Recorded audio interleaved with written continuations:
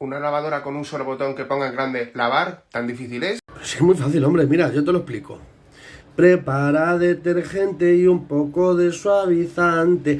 Revisa los bolsillos por detrás y por delante. Separa por colores cada ropa por su lado.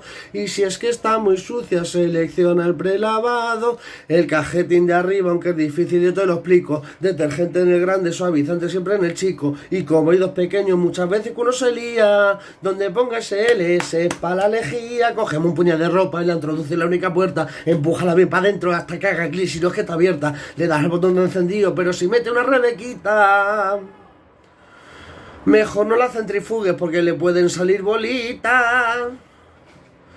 Y a ver cuando aprendes con la lavadora, so cabrón. No es tan difícil.